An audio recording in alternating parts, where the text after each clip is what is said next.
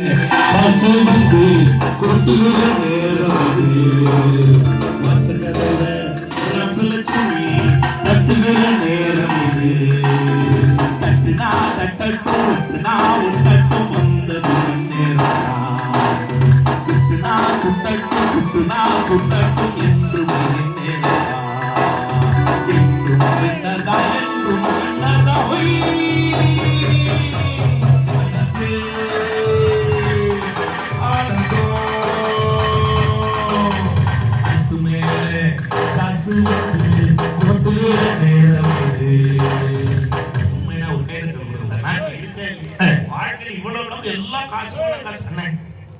அவ்வளவு தூரம் பேசினாங்க. அதான் அம்மா உட்கார்ந்துருக்காங்க. தம்பி 5 மணிக்குள்ள எல்லாம் சாமியார் கிணறு வந்திருப்பார். தேர்தல் நேரம் நம்ம பெரியவங்களுடைய வார்த்தைக்கு கட்டுப்பட்டு உரிய நேரத்துல தொடங்கி நிகழ்ச்சியை வெற்றிகரமா உரிய நேரத்துல முடிச்சு கொடுக்கணும்னு சொன்னீங்கல்ல, அதுக்காக அரை நாள் விடுபடுத்து நான் வந்துட்டேன். உண்மையா நடுவர் அவர்களே, சேலம் பஸ் ஸ்டாண்ட்ல பஸ் ஏற நடுவர் அவர்களே, அப்பதான் பாக்குறேன் அதே சேலம் பஸ் ஸ்டாண்ட்ல ஆத்தூர் வர வண்டியில நான் வர்ற வண்டியில அந்த அம்மாவும் ஏறாங்க. அந்த அம்மா வந்த வண்டியில நீ வந்து அந்த அம்மா நான் வந்த வண்டியில வந்தாங்க. 2 பேரும் ஒரு வண்டியில வந்தீங்க. நான் பின்வாசல் வழியே ஏறினேன். அதான் முறை. அந்த அம்மா முன்வாசல் வழியே ஏறினாங்க. அது என்ன அவசரமோ நடுவர் அம்மா ஏற நேரத்துல அது தனியார் பேருந்து இடம் முடிக்கிறதுக்காக ஒரு பையன் வேகமா பாருங்க, இந்த அம்மா மேல லேசா ராணியம்மா மேல ஒரு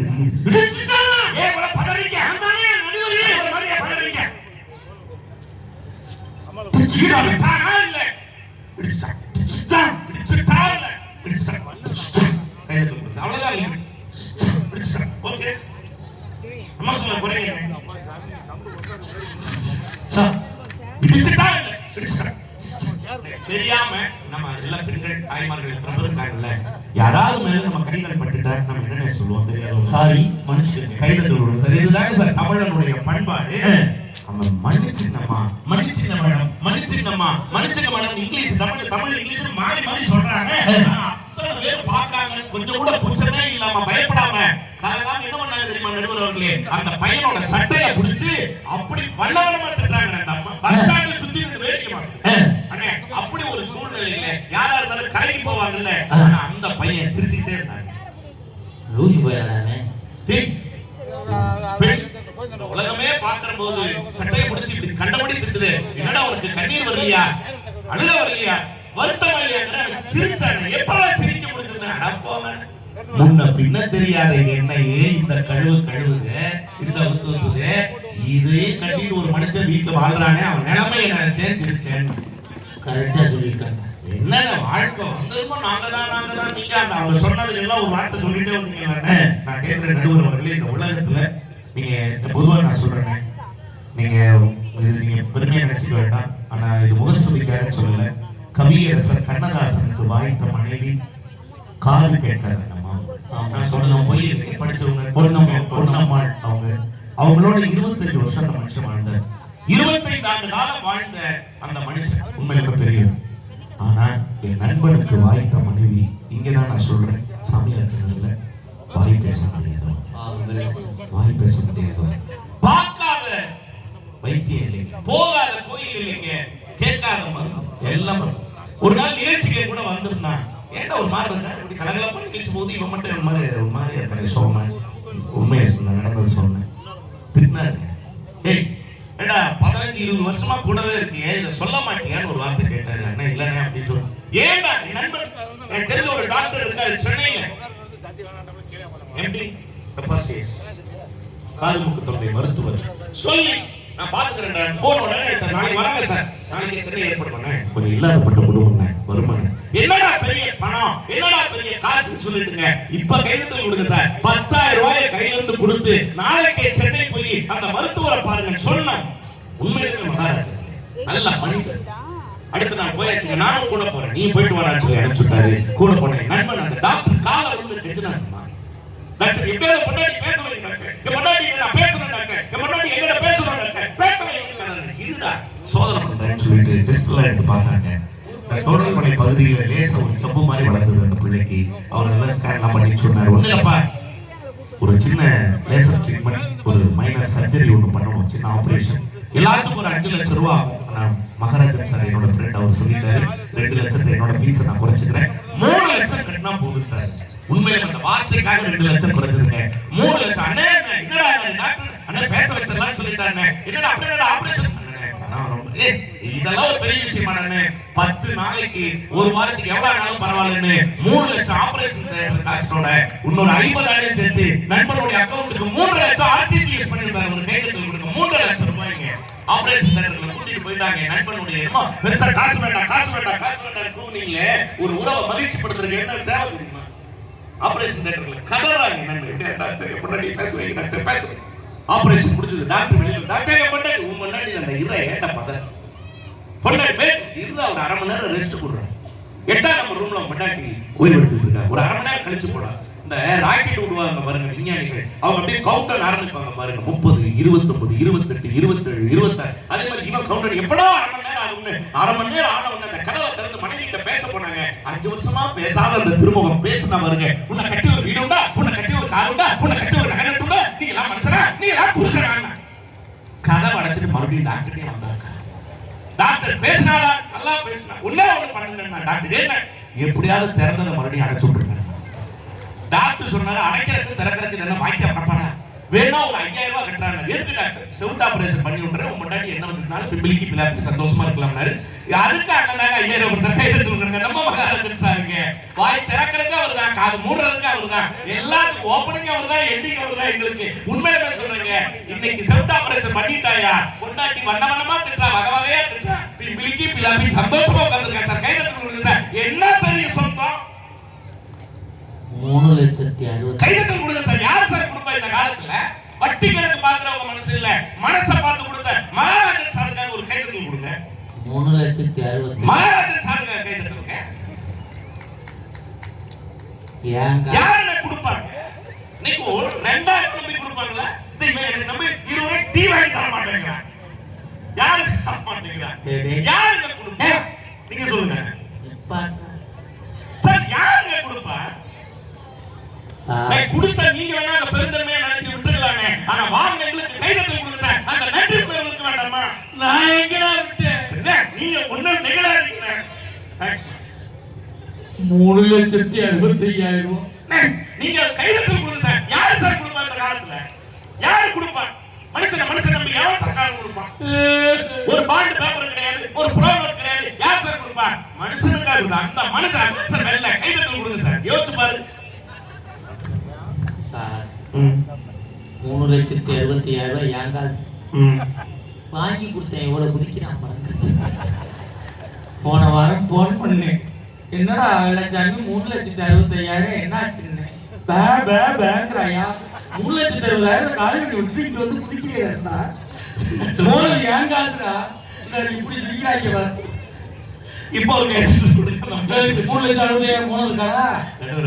இன்னும் பல வெள்ளைகள் உங்களால் காப்பாற்றப்பட வேண்டும் என்பதுதான் எங்களுடைய நோக்கம். எப்படி சொல்ல நடுவர் அவர்களே, இந்த உலகத்துல என்னதான் பார்த்து ஒரு வீட்டுக்காரர் செஞ்சாலும் அதுல ஏதாவது ஒரு குற்றக்குறை கண்டுபிடிக்கிறதே வேலையை வச்சிருக்காங்க நடுவர் அவர்களே. அதனாலதான் கவியரசர் கண்ணதாசன் சொன்னா பெண்டாட்டி சொல்லெரும்பு பிள்ளைகள் சுல்லானி சுல்லானிக்கும் சொல்லெரும்புக்கு மத்தியில் சுகம் பெறுவது எக்காலம் உறவுகளால் ஒருபோதும் மகிழ்ச்சி இல்லைன்னா நம்முடைய 54வது நாயன்மாராக கருதப்படுகிற தவத்திரு கிருபானந்த வாரியார் சுவாமிகள் தானே ரொம்ப அழகா சொன்னார். ஆறி போன காப்பியும் அன்பு இல்லாத பொண்டாட்டியும் ஒண்ணு. ஒரு கைதட்டல் கொடுங்க.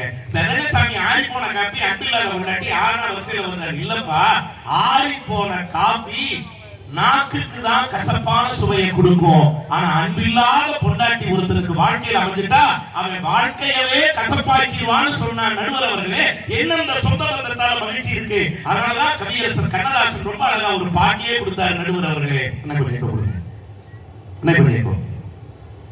எனது கைகள் நீட்டும் போது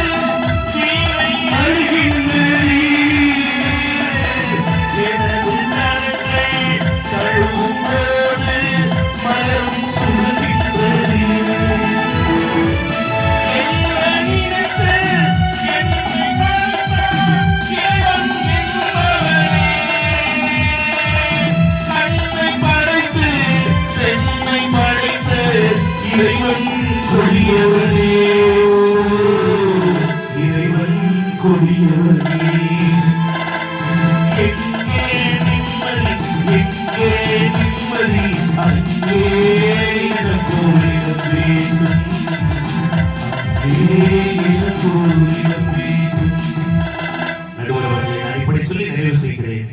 அவங்க சொன்னாங்க தாய்மை எவ்வளவு புனிதமான ஒன்று அப்படின்னு ஒரு வார்த்தை சொன்னாங்க. நாங்க அந்த தாய்மையை மதிக்கிறோம், நான் இல்லைன்னு சொல்லலைங்க.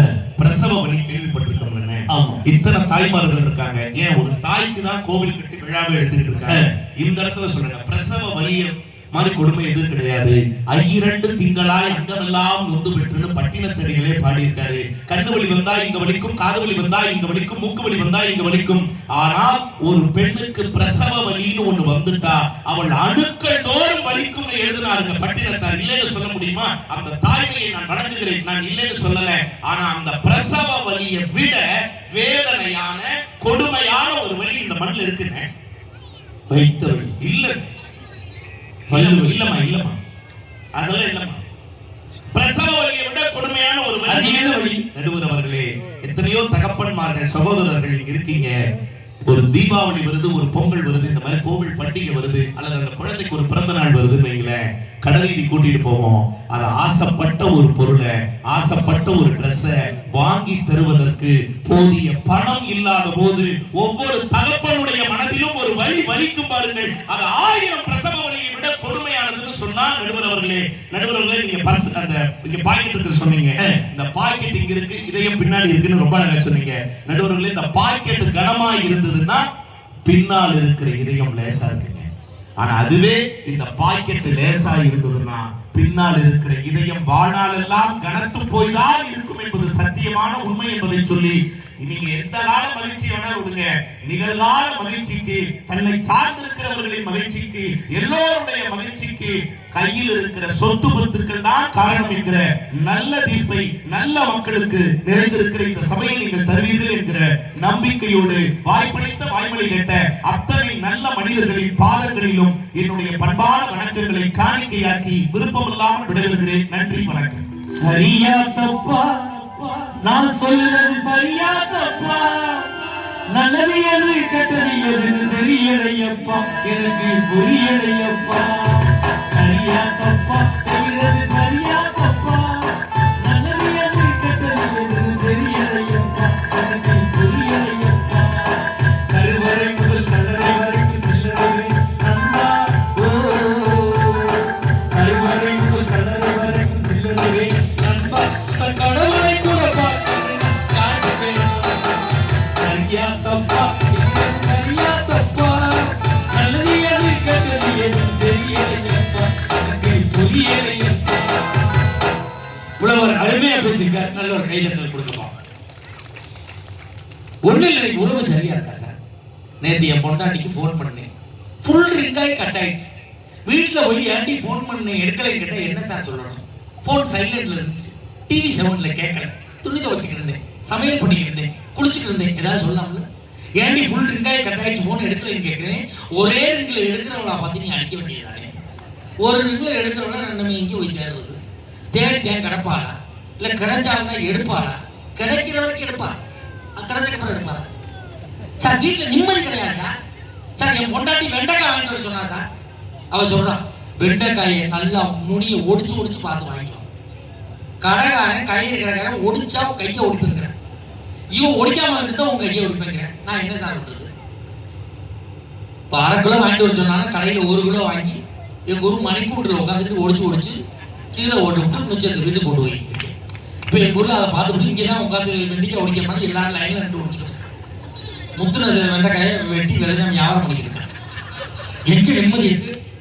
இப்ப நேரம் இல்லை, உடனடியாக மறுத்து பேச வருகிறார் ராணிக்குமார் அவர்கள். வாங்க.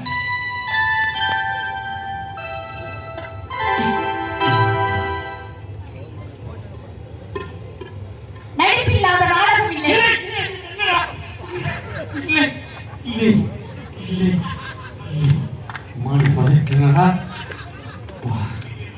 நடிப்பில்லாத நாடகம் இல்லை, துடுப்பில்லாத படம் இல்லை, போராட்டம் இல்லாத வாழ்க்கை இல்லை.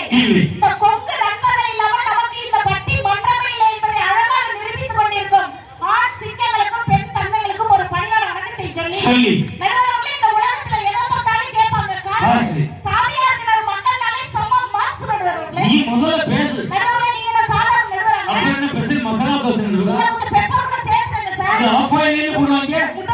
நீங்க பேசுங்க மேடம்.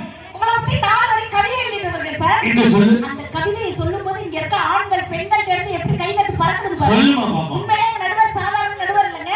நீங்கள் ஸ்பீடாக பேசுவதில் நீங்கள் ஒரு ஹீரோ ஹோண்டா. சில்லுன்னு பேசுவதில் நீங்கள் ஒரு ஜிகர் தண்டா. தாகம் தணிப்பதில் நீங்கள் ஒரு ஃபேண்டா. உங்களை போல நடுவர் இந்த தமிழ்நாட்டுல உண்டா? எதிரடிக்கு தீர்ப்பு சொல்ல நீங்களோட மண்டா. நீ ஊர் ஊரா சாப்பிட்ட ஆயிட்டா குண்டா.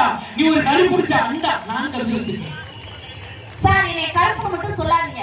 காக்கைக்கும் தன் குஞ்சு பொன் குஞ்சு நடுவர். அப்படி ஓரமா வச்சு கொஞ்சம். பா என்ன பேச்சு எதிரடியில இருந்து வந்து மனிதன் மகிழ்ச்சியாக சொத்து பத்துன்னு புலம்பி தவிச்சாங்களே சார். உண்மையிலே அடுத்த ஜென்மம்னு ஒண்ணு இருந்துச்சுன்னு வச்சுக்கோங்க. இவங்க ரெண்டு பேரும் என் பிள்ளையா பெக்க நினைக்கிறேன். அம்மாடா.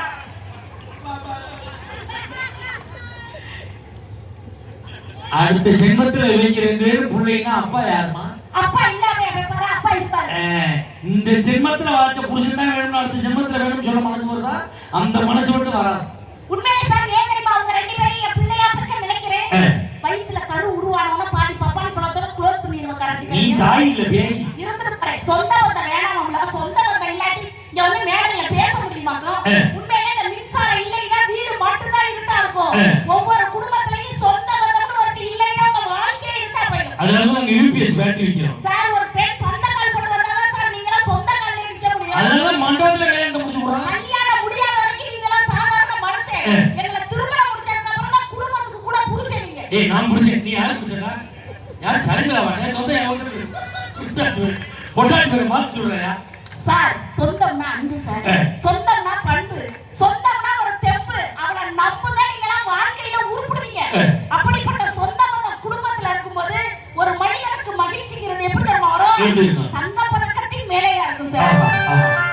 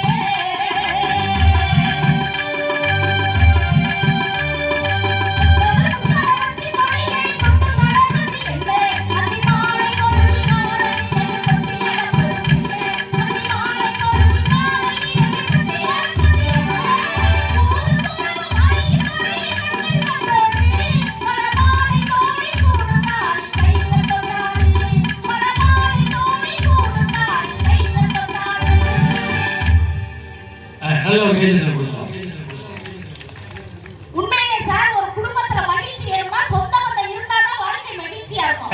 உண்மையிலே பாருங்க இவங்க ரெண்டு பேருக்கு திருமணம் ஆச்சுல. திருமணம் பண்ணும் பொழுது பொண்ணு பார்க்க போகும்போது இவங்க ரெண்டு பேரும் தனித்தனியா ஒரு தட்டுல சொத்தையோ பணத்தையோ தூக்கி தலையில வச்சுட்டு போய் உங்க வீட்டுல பொண்ணு இருக்கா, உங்க வீட்டுல பொண்ணு இருக்கா, உங்க வீட்டுல பொண்ணு இருக்கா பொண்ணு கேட்டா பொண்ணு கொடுத்துருப்பாங்களா சார்? அப்படி எங்க சொந்த பந்தம் அத்தை மாமன் மச்சான் அங்காளி பங்காளி அப்படி ஊர்ல வேனோ பஸ் எடுத்து கூட்டிட்டு போய் பொண்ணு கேட்டாதான் சார் பொண்ணு கொடுப்பாங்க. நம்ம பைக்ல பொண்ணு வாங்க போனோம்னா நம்ம சொந்தக்காரங்க கார்ல போய் கொடுத்துறாங்கன்னு சொல்லிட்டு வந்துடுறாங்க. அப்படியாலும் நிறைய பேர் இருக்காங்க. அவங்க குடும்பமே விளங்காத குடும்பம். அவங்க ஆத்தா வாயை திறந்தா மூட மாட்டா. அவங்க ரெண்டு தண்ணி போட்டு பஸ் ஸ்டாண்ட்ல விடுக்கிறாங்க. ஏதாச்சும் குடும்பத்துக்கு எடுத்து கொடுத்துறாங்க. எனக்கு சொந்தம் நல்லா இருக்கு. உண்மையிலே சார் நைட்டுக்கு ஒரு குழந்தை அழுதுன்னு வச்சுக்கல. அந்த குழந்தை அழுகும்போது அவங்களுடைய பணக்கட்டையும் சொத்தையும் தூக்கி அந்த குழந்தை முன்னாடி இப்படி ஆட்டினா அந்த குழந்தை அழுகை நிப்பாட்டணும் சார். அப்ப அந்த குழந்தை அழுகை நிப்பாட்டணும்னா என்ன பண்ணணும்? பெற்ற தாய் இந்த குழந்தையை வாரி அணைத்து தன் நெஞ்சோடு அணைக்கின்ற பொழுதுதான் அந்த குழந்தை அழுகையை நிப்பாட்டும். ஆனா உண்மையிலே சார் நிலையான அன்புக்கு பிரிவில்லை சார். சொல்லாத சொல்லுக்கு அர்த்தம் இல்லை. தேடு பாசத்துக்கு தோல்வி இல்லை. உண்மையான குடும்ப உறவுகளுக்கு சொந்த பந்தங்கள் இருக்கும் பொழுதுதான் மகிழ்ச்சியா இருக்கும் வாழ்க்கை. எப்படி தெரியுமா? தென்றல் உறங்கிய போது திங்கள் உறங்கிய போது மாதிரி சார்.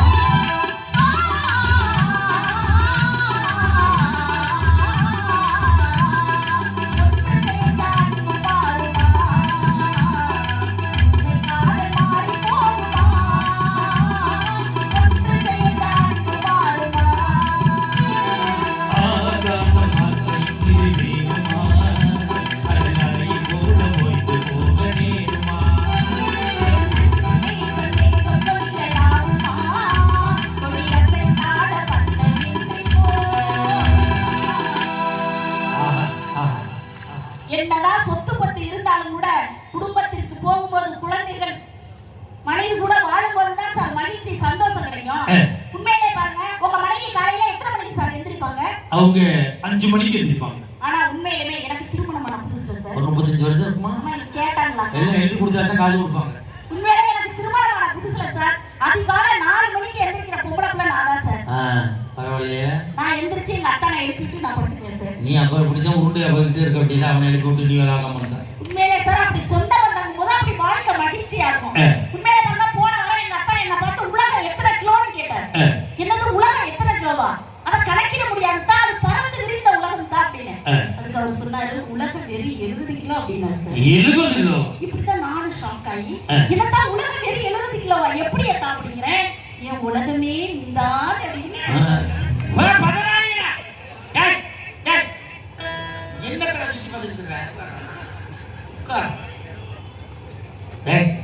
ஏதோ கட்டிங் போட்டுருக்கேன் உலகி இருக்காங்க சார். அப்படியெல்லாம் நினைக்காதீங்க சார். போன வாரம் பாருங்க அப்படியே வேர்க்க விறுவிறுக்க எங்க வீட்டுல முடியாதா சார்.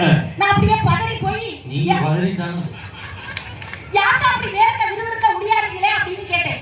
அதுக்கு அவர் ஒரு வார்த்தை சொன்னாருங்க சார். என்னை ஒரு நாய் துரத்திடுச்சுடி அப்படின்னாரு. நாய் துரத்திச்சா எங்கயாவது கடிச்சிருச்சா தான் அப்படிங்கிறேன். என்னை கடிக்க தாண்டி வந்துச்சு உங்ககிட்ட ஆதார கடை காட்டினே திரும்பி போயிடுச்சு அப்படின்ட்டு. உண்மையிலே யார் யாரெல்லாம் அழகா இருக்கும்னு நினைக்கிறீங்களோ பட்டிமன்றம் முடிஞ்சு போய் உங்க வீட்டுல உங்க ஆதார் கார்டை எடுத்து பாருங்க, உங்க கருவம் கலைஞ்சிடும். ஆனால் சொன்னாங்க பார்த்துருக்கீங்களா, நாளைக்கு 10 மணிக்கு நம்ம ஸ்கூல்ல ஆதார் எடுக்கிறாங்க, எல்லாரும் வந்துருங்க. ஆம்பளை சட்டையை போட்டு நம்ம ஆண்டு போய் எடுத்து வந்துடுவோம். இது பொம்பளை அப்படி கிடையாது. பட்டு சேலை கட்டி பவுடர் அடிச்சு பூ வச்சு பொட்டு வச்சு செயின் மாட்டி டோட்டு மாட்டி எல்லாம் போய் உட்காந்தோடனே எடுத்தாச்சு போட்டுருவாங்க. என்னடி 1 2 3 ஸ்ரீலாந்து எல்லாம் எடுத்துக்கிட்டாங்க. ஒரு வாரம் சொல்லிட்டு போஸ்ட் ஆஃபீஸில் ஆதார் கார்டு வரும், வாங்கி பார்த்தீங்கன்னா சாக்கி வச்ச பணம் மாதிரியே எடுத்து அனுப்பியிருப்பாங்க. உங்க கருவம் கலக்கி போயிடும். உண்மையில சார் சொந்தம்னா சுவாசம் மாதிரி, சுவாசிக்காமல் வாழ முடியாது. அப்படிப்பட்ட சொந்தம் இருக்கும்போது மகிழ்ச்சி குடும்பத்துல எப்படி இருக்கும்? பூ மாலையில் ஒரு மல்லிகையா சார்.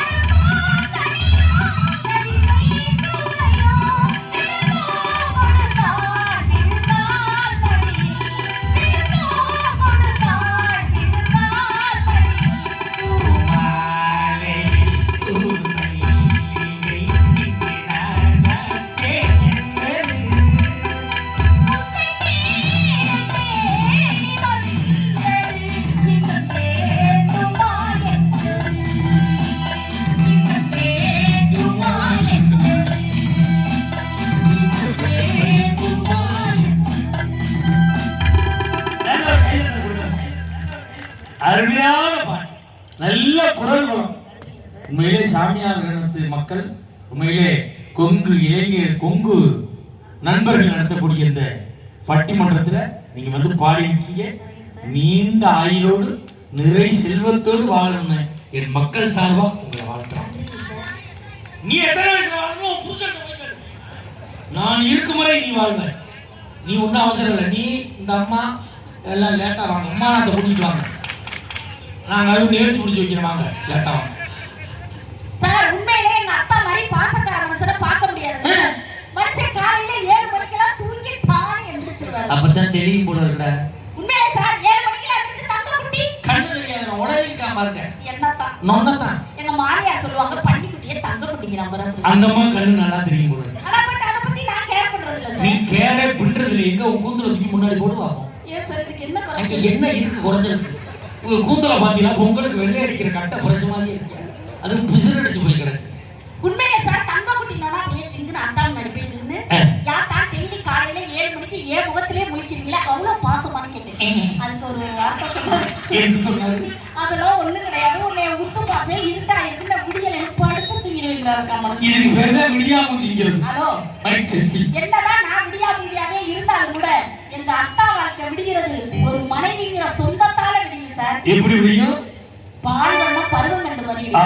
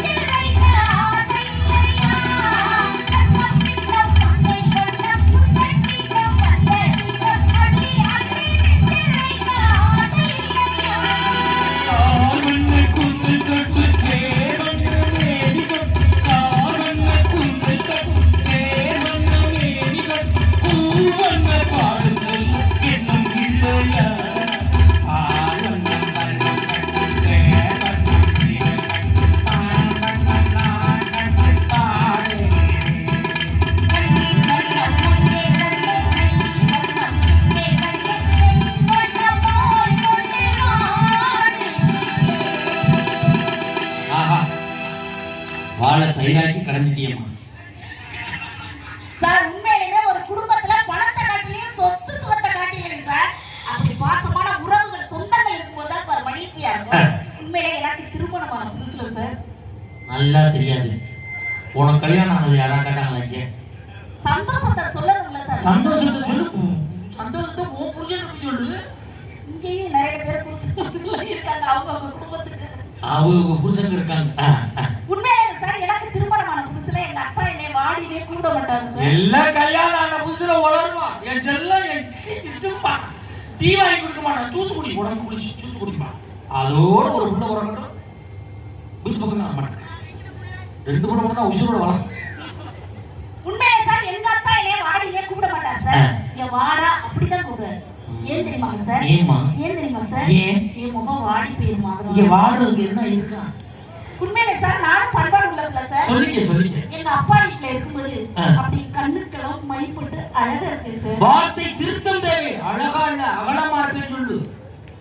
உண்மையிலே சார் எங்க அப்பா வீட்ல இருக்கும்போது கண்ணுக்கெல்லாம் மை போட்டு நல்லா இருப்பேன். இன்னைக்கு எங்க அத்தா திருமணம் முடிச்சாங்க. அன்னையில இருந்து கண்ணுக்கெல்லாம் மை போட மாட்டேன் சார். ஏன்? அத்தா கண்ணுக்குள்ள இருக்காரு. அவர் மூஞ்சில கரிய பூச முடியுமாக்கா? அப்படி இடம் கிடைக்காம எங்க இருந்திருக்கேன் பாருங்க. உண்மையிலே சார் எங்க அப்பா வீட்ல இருக்கும்போதெல்லாம் அப்படி எந்த ஒரு காஃபி சுட சுட ஆறி பறக்க குடிப்பேன். என்னைக்கு எங்க அத்தா திருமணம் முடிச்சனோ அன்னையில இருந்து எந்த ஒரு காஃபி டீனாலும் ஆத்தி ஆத்தி ஆத்தி ஆத்தி ஃப்ரிட்ஜ்ல வச்சு அப்புறம் தாக்கா குடிப்பேன். அத்தா நெஞ்சுக்குள்ள இருக்காருல்ல சார் சுற்றுல. ஏமா கொஞ்ச நேரத்துக்கு முன்னாடி கண்ணுக்குள்ள இருந்தாரு. எப்படி நெஞ்சுக்குள்ள வந்தாரு? உள்ள பைபாஸ் ரூட்ல ஊடுருவி வந்திருப்பாரு போல இருக்கு. டோல்கேட் போடலையா? அதான் உடனே வந்திருக்காரு. அதுதான் சார் பாசங்கிறது. உண்மையிலே நம்பிக்கை இல்லாத இடத்துல அன்பு இருக்காது சார். ஆமாமா. அன்பு இல்லாத இடத்துல சந்தோஷம் இருக்காது. சந்தோஷம் இல்லாத இடத்துல வாழ்க்கையே இருக்காது. அப்படி நம்பிக்கையும் சந்தோஷத்தையும் சொந்தம் எப்படி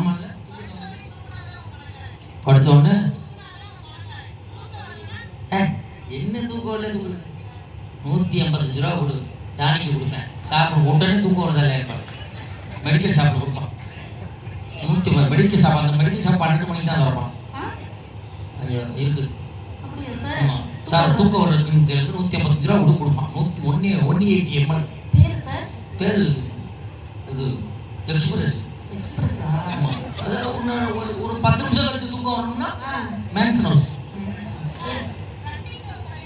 ரன்னிங் நோஸ்னா லா மார்க்கிங் முட்டு வலிக்கு பக்காடி லெமன் வயிற்று கடுப்பு ஓல்டு மங்கு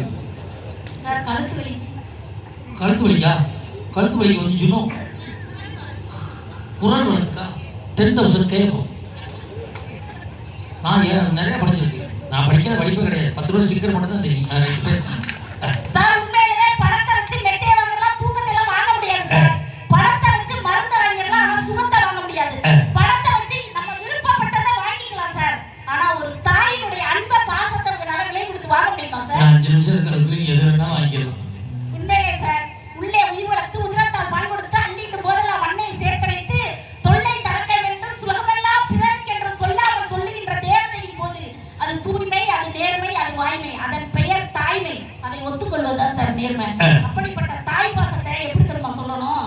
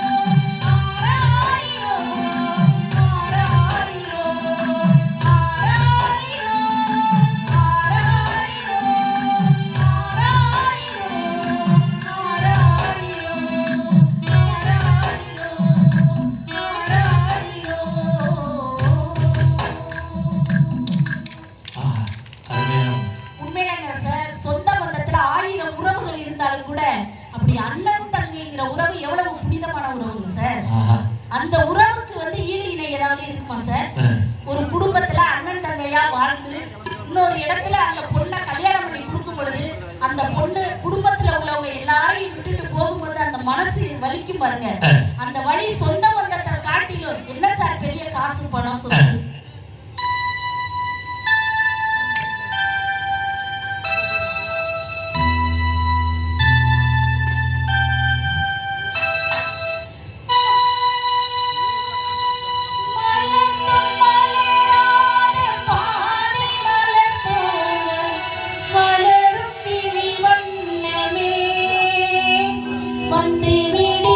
பிடியாத காலை பொழுதாக பிழை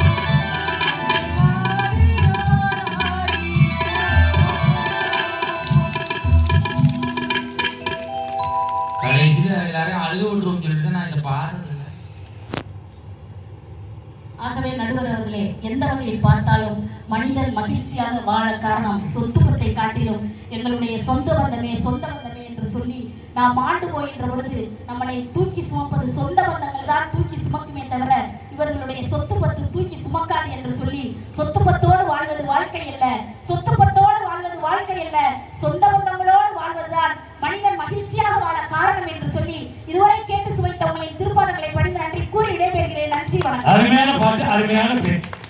உண்மையிலே இந்த கொங்கு நண்பர்கள் நடத்திய இந்த பட்டிமன்றம் நல்லா இருந்துச்சுன்னா ஒரு தடவை கையில் கொடுக்கணும். இதுதான் எங்களுக்கும் அவங்களுக்கும் கிடைக்கிறது. உண்மையிலே என்ன கேள்வி கேட்டோம்? மனிதன் மகிழ்ச்சியாக வாழ தேவை, சொத்து பத்தா சொந்த பந்தமா?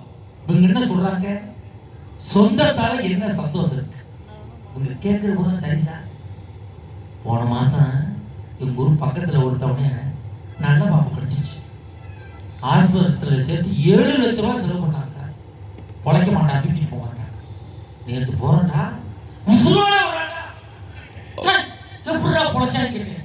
என் பொண்டாட்டி தான் சார் காப்பாத்தினா. அப்படி உன் பொண்டாட்டி டாக்டர் ஆனா நர்சரான்னு கேட்டேன். இல்லை சார், அவ தான் காப்பாத்தினா. எப்படிடா காப்பாத்தினா?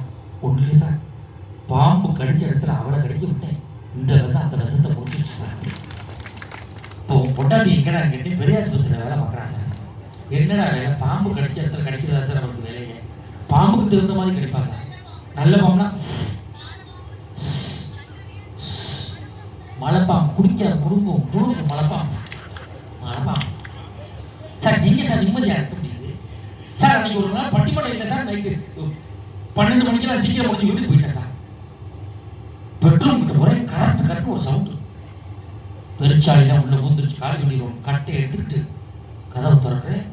என் பொண்டாட்டி 1 ரூபாய்க்கு மேரி பிஸ்கட்டை திரும்பிட்டு சைத்தான் நைட் 12 மணிக்கு பிஸ்கட் திங்கலாமான்னு கேட்குறேன். சும்மா போங்க, உங்க உழைப்பு வேஸ்டா போயிடக்கூடாதுன்னு சாப்பிட்டு இருக்கேன். ஏன்டி கேட்குறேன், இன்னைக்கு நைட்டோட எக்ஸ்பைரி டேட் முடியுது, அதான் முடிச்சுக்கிட்டு இருக்காங்க. 10 ரூபா பிஸ்கட் உடனே இருக்கு, அதுக்கு 300 ரூபா காலையில் செலவு பண்ண. யார் செலவு பண்ணுறது? எங்க சார் உறவாக நிம்மதி இருக்கு? ஆனா பணங்கிறது ஒரு மனிதனுக்கு தேவை, சொத்து என்பது ஒரு மனிதனுக்கு தேவை. நிம்மதிங்கிற வார்த்தை எடுத்து பாருங்க. முதல் எழுத்து நீ, கடைசி எழுத்து தீ. நிதி இருந்தால்தான் ஒரு மனிதன் நிம்மதியாகவே வாழ முடியும். இல்லைன்னு சொல்ல முடியுமா? வருமானம் என்ற வார்த்தைக்குள் தான் மானம் என்ற வார்த்தையே அடங்கியிருக்கு. ஒருத்தர் மானத்தோட இருக்கணும், வருமானத்தோட இருக்கணும். இப்ப உலக பணக்கார நாடுகள் சொல்றான், உலக பணக்கார வரிசை சொல்றான். இங்க உலக பாசக்கார நாடுன்னு சொல்லியிருக்கானா? உலக பாசக்கார வரிசையா இருந்துச்சுக்கானா? உலக பண மதிப்பிழப்பு தான் ஏற்படுது, எங்கேயாவது பாச மதிப்பிழப்பு ஏற்படுது? சொல்லுங்க சார் பாப்போம். ரூபா நோட்ல எல்லா ரூபா நோட்லையும் காந்தி ஒரே மாதிரி தான் சிரிக்கிறார். வாங்குறவங்க தான் நோட்டுக்கு தகுந்த மாதிரி சிரிக்கிறான். 50 ரூபா கொடுத்தா சிரிக்க மாட்டான். ஒரு 100 ரூபாய்க்கு கொடுத்தா கட்டிங்க அப்படிங்கிறான். 200 ரூபாய்க்கு கொடுத்தா ஹஹாங்கிறான். 500 ரூபாய்க்கு கொடுத்தா விழுந்து பிறகுறான். 2000 ரூபாய் கொடுத்தா வாங்க மாட்டான். செல்லாம் போச்சுன்னு அவங்களுக்கு தெரியும் சார். ஒண்ணும் இல்லை சார், இந்த பாருங்க, 20 ரூபா இந்த வாட்டர் கேன், இந்த வாட்டர் கேன் 20 ரூபா. இங்க குடிச்சிட்டு கள்ளக்குடி பஸ் ஸ்டாண்ட்ல போய் நீங்க இதை ரிலீஸ் பண்ணணும்னா 10 ரூபா கொடுக்கணும். 1 லிட்டர் தண்ணி உள்ள போய் வெளியில வர்றதுக்கு 30 ரூபா செலவாகுதா இல்லையா? இல்லைன்னு சொல்ல முடியுமா? சேலத்துல 8 ரூபா, நாமக்கல்ல 10 ரூபா, கரூர்ல 8 ரூபா, திருச்சியில மதுரையிலும் பிரி. நீ போகாத கப்புசியில உள்ள இருக்க டோக்கன் போட்ட முடியுமா தானே இருக்கு. அப்ப 1 லிட்டர் தண்ணி உள்ள போய் வர்றதுக்கு 30 ரூபா செலவாகுது சார். பணங்கிறது ஒரு வார்த்தை தான். ஆனா இந்த உலகத்துல எத்தனை பேர் வசதி தெரியுமா? பணத்தை கொண்டு உண்டியல போட்டீங்கன்னா அது பேர் காணிக்க, அதே பணத்தை ஒரு தொழில போட்டீங்கன்னா அது பேர் முதல், அதே பணம் திருப்பி வந்துச்சுன்னா அது பேர் லாபம், அதே பணம் வராம வந்துச்சுன்னா அது பேர் நட்டம், அதே பணத்தை ஒருத்தர் கொடுத்தீங்கன்னா அது பேர் அசல், அதே பணத்தை திருப்பி கொடுத்தா அது பேர் வட்டி, அதே பணத்தை கொடுக்க மாட்டா அது பேர் வராக்கடன், அதே கல்யாணத்துல இருந்தா அது பேர் மொய், அதே வக்கீல கொடுத்தீங்கன்னா அது பேர் பீஸ், அதே டைவர்ஸ் கொடுத்தா அது பேர் ஜீவனாம்சம், அதே பணத்தை ஒரு நாள் கொடுத்தா அது பேர் கூலி, அதே பணத்தை ஒரு மாதம் கொடுத்தா அது பேர் சம்பளம், அதே பணத்தை 2 நாள் கொடுத்தா அது பேர் பென்ஷன். இந்த பணத்தை நோக்கி தான் இந்த உலகம் ஓடிக்கொண்டிருக்கிறது. இல்லைன்னு யார் சொல்ல முடியும்? ஒண்ணும் இல்ல சார், இது 2 உறவு பேச்சுறக்கா நீங்க கூட கையட்டி இருக்கு இல்ல. இது 2 இதுக்குதான் உறவுக்காக பேசுது. இப்ப பட்டிமன்றம் முடிஞ்சு நான் ஆத்தூர் பஸ் ஸ்டாண்ட்ல போய் ஒரு 500 ரூபாய் சம்பளம் கொடுக்கணும், நீ வேட்டி விட்டு அவசரம் கொடுத்து போயிடுவாங்க. உங்களுக்கு நிறைய இடத்துல தெரியும். என்ன 2 சிரிச்சு உட்காந்துருக்கு, சந்தோஷத்துல உட்காந்துருக்கு, பணம் வரப்போது மகிழ்ச்சியில உட்காந்துருக்காங்க. எல்லாம் பாசத்துல பணத்துக்கு வேண்டாம் உங்களுக்கு இருந்து எந்த ஊர்ல உங்களுக்கு வேலை ஊரா எனக்கு தெரியும். புத்தகம் நீ இவ்வளவு சொந்தங்கிறாங்க. ஒரு 10 ரூபாய்க்கு நீ பல்குடு வாங்கி பல்லு விளக்கணும் அவன் மூஞ்சியா முடிக்க முடியுமா? என்ன உங்க அப்பாவுக்கு சம்பளம் எங்களுக்கு வாங்கி கொடுத்துட்டு போதா? பணம் தான் சார் வாழ்க்கை. பணம் இல்லாம என்ன சார் பண்ண முடியும்? உண்மை இப்படி இருக்கிற காரணத்தால் உண்மையிலே பணமே என்று நான் தீர்ப்பளிக்க முடியாது. ஒரு 5 நிமிஷம் சொந்தங்கிறது என்னன்னு பார்க்கணும். அதை பார்க்கணும் சார். இப்ப பட்டிமன்றம் முடியும், நான் ஒரு 3 மணிக்கெல்லாம் வீட்டுக்கு போவேன், காலிங் பெல் அடிப்பேன், என் மனைவி கதவை திறப்பா, வாங்க மகாராஜா சாமியார் கிணறு திரையப்பா கூப்பிட்டு போனீங்க, எப்படி இருந்துச்சு அப்படியே கேட்பா. போய் படுத்தனாம் போய் இந்த உறிஞ்சி போய் படுறாப்பா.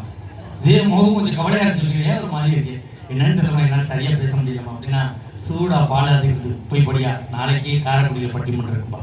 வாழ்க்கையில் நான் தோற்று புகுந்த பொழுது என்னை தேற்றுவது மனைவி என்கிற சொந்தம் இல்லைன்னு சொல்ல முடியுமா? தொழில் பண்றோம், வியாபாரம் பண்றோம், நஷ்டமாயிருது, எல்லாத்தையும் இழந்துடுறோம், வீட்டுல போய் தனிமரமா நிக்கிறோம், நம்மளோட சேர்ந்து ஊர் சுத்தம் நம்ம கொண்டு வருவானா, நம்மளோட சேர்ந்து தண்ணீர் சொல்லி நம்ம கொண்டு வருவானா, நம்மகிட்ட வாங்கி சாப்பிட்டு நம்ம கொண்டு வருவானா? கண்காணி வீட்டுல போய் நிற்கும் போது பெற்ற தாய் முடியாது கேட்பான், என்ன ஒரு மாதிரி இருக்க அம்மா, நான் எல்லாத்தையும் நஷ்டமாயிட்டேனம்மா, எப்படிமா என் பிள்ளைய நான் படிக்க வச்சு கல்யாணம் பண்ணி கொடுக்க போறேன் கடன் இருந்தது. அந்த பெற்ற தாய் காதுல கழுத்துல கிடக்கிறத கட்டி கொடுத்து, நான் சிறுவாடு செய்து வைத்த பணத்தை கொடுத்து நான் இருக்கிறேன் என்று சொல்லக்கூடியவள் நம் தாய் என்கிற சொல்லுவோம். ஒன்று தெரிஞ்சுக்க சார், மகள்களை பெற்ற அப்பாக்களுக்குத்தான் 3 தாய் இருக்கிறாள் என்பதை யாரும் மறுக்கவும் முடியாது, மறக்கவும் முடியாது. வீட்டில் போய் அம்மா தலைவலினா எங்கள் அம்மா ஒரு மாத்திரை எடுத்து போட்டு படுறாமா, அம்மா தலைவலினா என் மனைவி ஒரு தைலத்தை கொடுத்து தேய்ச்சி போடுங்கம்மா, அம்மா தலைவலினா நம்ம மாத்திரை தடவை வேணாம், என் மனைவி தைலம் தடவை வேணாம், என் மக முடியாது பிஞ்சு வரலால இங்கேயப்பா தலைவலிக்கு கையை வச்சா சரியா போயிருமே. இது எத்தனை பணத்தாலே வாங்க முடியாது சார். உண்மையிலே ஒரு வீட்டில் ஒரு தாத்தா இருக்காருன்னு வச்சுங்க, அந்த தாத்தா வயசான தாத்தா இருப்பாரு, பேரன் ஸ்கூல் விட்டு நான் 3:30 மணிக்கு மஞ்சவண்டியில் வந்து இறங்குவான், கூப்பிட போவார், பேராண்டி ஓடியாங்க பேக்க கொடுக்க தாத்தா வாங்கிக்கிறேன், வேணாம் தாத்தா உனக்கு வயசாயிடுச்சு தாத்தா நான் வச்சுக்கிறேன் தாத்தா, டேய் அந்த லஞ்சு பார்க்காது கூட தாத்தா கூட வேணாம் தாத்தா உனக்கு வயசாயிடுச்சு தாத்தா நான் வச்சுக்கிறேன் தாத்தா, அப்ப நான் என்னடா பண்றது, என்னைய தூக்கு தாத்தா அப்படிமா. இது எந்த பணத்தால வாங்க முடியாது சார். எப்படி வாங்குவீங்க நீங்க? யோசிச்சு பாருங்க. நம்ம சொல்றோம் பிள்ளையாது வச்ச பொருள் வச்ச இடத்துல கழிச்சு போடுறது, எத்தனை வீட்டுல திட்டுறோம் பிள்ளைகளை திட்டுறோம். ஆனால் பிள்ளைகளுடைய அருமை யாரிடம் இருக்க வேண்டியது தெரியுமா? 10 ஆண்டுகளாக 15 ஆண்டுகளாக வைத்த பொருள் வைத்த இடத்திலே இருக்கிறதே, இதை கிளேத்து போட பிள்ளை இல்லையே என்று ஏங்குகிற பெற்றோரிடம் கேட்டுப்பார்கள், அந்த பிள்ளைகளுடைய சொந்தம் என்னவென்று தெரியும். தாய்மாமன் என்கிற உறவு இந்த சமூகத்திலே உன்னதமான உறவு, தாய்மாமன் என்கிற உறவு. எங்க பகுதிகளில் பிள்ளையை காது குத்துறோம்னா பிள்ளைக்கு மட்டும் வச்சு தாய்மாமன் மடியில உட்கார வச்சு காது குத்துறோம். ஏன் தெரியுமா? தாய்மாமன் மடியில உட்கார வச்சு காது குத்துறது, அந்த காது முதல் முறையை குத்தும் போது புள்ள கத்தி அலறும். அப்ப தாய்மாமன் தட்டி கொடுப்பான், தட்டி கொடுத்து என்ன தெரியுமா சொல்லுவான், நீ கலராத, நீ கலங்காத, உனக்கு வாழ்க்கையில் என்ன துன்பம் வந்தாலும் உன் தாயோடு பிறந்த நாங்கள் இருக்கிறோம், உன்னை பார்த்துக் கொள்வோம் என்கிறதுதான் தாய்மாமன் என்கிறவர். நண்பர்களே, நேரமில்லைனால நான் சுருக்கமா தீர்ப்பு சொல்றேன். என் தந்தை 87 வயதில் இறந்து போனார். அப்பா 87 வயதில் இறந்து போனாங்க. எனக்காக மட்டுமே வாழ்ந்தவர் என் தந்தை. 87 வயதில் இறந்து போனாரு. எனக்கு 4 அக்கா, 4 அக்காவையும் படிக்க வச்சு, நிறைய நகை போட்டு கட்டி கொடுத்து என்னை படிக்க வச்சு என்னை ஒரு வாத்தியாராக்கி எனக்கு எல்லாம் செஞ்சு என் தந்தை 87 வயதில் இறந்து போனார். அப்பா எனக்காக மட்டுமே வாழ்ந்தவர். அப்பா இறந்ததுக்கு அப்புறம் எங்க அப்பா ரூம்ல இருந்து ஒரு பொருளையும் நான் வெளியே எடுக்கல சார், இப்படியே வச்சிருப்பேன். எனக்கு ஒரு மனசு கஷ்டம்னா எங்க அப்பா ரூம்ல போய் உட்காரு, எங்க அப்பா என்று பேசுறது மாதிரி இருக்கும் சார். ஒரு தந்தையை இழந்தவனுக்கு தான் தெரியும் ஒரு தந்தையுடைய பாசம் என்ன என்பது, ஒரு தாய் என்ற உறவை இழந்தவனுக்கு தான் தெரியும் ஒரு தாயுடைய பாசம் என்ன என்பது. எங்க அப்பா இறக்குறதுக்கு 13 வருஷத்துக்கு முன்னாடி எங்க அம்மா இறந்துட்டாங்க. எங்க அப்பா இறக்குறதுக்கு 13 வருஷத்துக்கு முன்னாடி எங்க அம்மா இறந்துட்டாங்க. எங்க அம்மா இறந்ததுக்கு அப்புறம் எங்க அப்பா என்னோட தான் இருந்தார். எங்க அப்பா எனக்கு எல்லா செல்வங்களும் சேர்த்து வச்சிருக்காரு. எங்க அப்பா சாப்பிட உட்காருவாங்க, எங்க அம்மா இல்ல இறந்துட்டாங்க, நாங்க சாப்பாடை போட்டு வைப்போம். எங்க அப்பா சாப்பிட அப்படி ஒரு வாயை அள்ளி வைப்பாரு, கண்ணிலேருந்து அப்படி கண்ணீர் தெரிய வரும். ஏப்பா உங்களை நல்லா தானே பாத்துக்கிறேன்ப்பா, உங்களை நான் எல்லாமே செஞ்சு கொடுக்குறேன்ப்பா, ஏப்பா அழுகுறீங்க என்பது, உங்க அம்மா இல்லையடா அப்படின்பாரு. என்னால் எல்லாம் கொடுக்க முடிந்தது, என் தாய் கொடுத்த சந்தோஷத்தை என் தந்தை கொடுக்க முடியவில்லை, அவர் மனைவி கொடுத்த சந்தோஷத்தை எங்களால் கொடுக்க முடியும். மேலே மனைவி கேள்வி பண்ணோம், கிண்டல் பண்ணலாம், நகைச்சுவைக்காக சார். ஒன்று தெரிஞ்சுக்கீங்க, மனைவி இருக்கிற வரைக்கும் தான், அந்த சொந்த இருக்கிற வரைக்கும் தான் என்ன சாப்பிடலாம்னு யோசிக்க தோணும். அவள் போய் செஞ்சுட்டான்னு வச்சுங்க, எங்கே சாப்பிடலாம்னு தான் சார் யோசிக்க தோணும். அவள் இருக்க வரைக்கும் தான் வீட்டில் பாய், இல்லைன்னா திருநெல்வேலியில தான் பாய். உண்மையிலே மனைவியினுடைய அருமை யார்கிட்ட கேட்கணும் தெரியுமா? வயதான காலத்திலே தன் மனைவி என்ற சொந்தத்தை இழந்துவிட்டு ஒருவேளை சோற்றுக்காக ஒவ்வொரு மகன் வீடாக அழைகிறானே, அந்த தகப்பனை கேட்டு பாருங்கள் மனைவியுடைய அருமை. உண்மையிலே கேட்ட கேள்வினா, மனிதன் மகிழ்ச்சியாக வாழ தேவை, சொத்து பத்தா சொந்த பந்தமா? மனிதன் வாழ்வதற்கு பணம் தேவைதான், சொத்து தேவைதான். மகிழ்ச்சியாக வாழ்வதற்கு சொத்து பத்துக்களை விட சொந்த பந்தமே என்று தீர்ப்பளித்து நிறைவு செய்கிறோம். வாய்ப்பு இருந்தால் மீண்டும் பல தலைப்புகளில் சந்திப்போம். ஒன்றை மட்டும் சொல்லி நிறைவு செய்கிறேன் உறவுகளே, சொத்துக்களை வேண்டுமானால் பிரித்துக் கொள்ளுங்கள், சொந்தங்களை ஒருபோதும் பிரித்துக் கொள்ளாதீர்கள். நன்றி.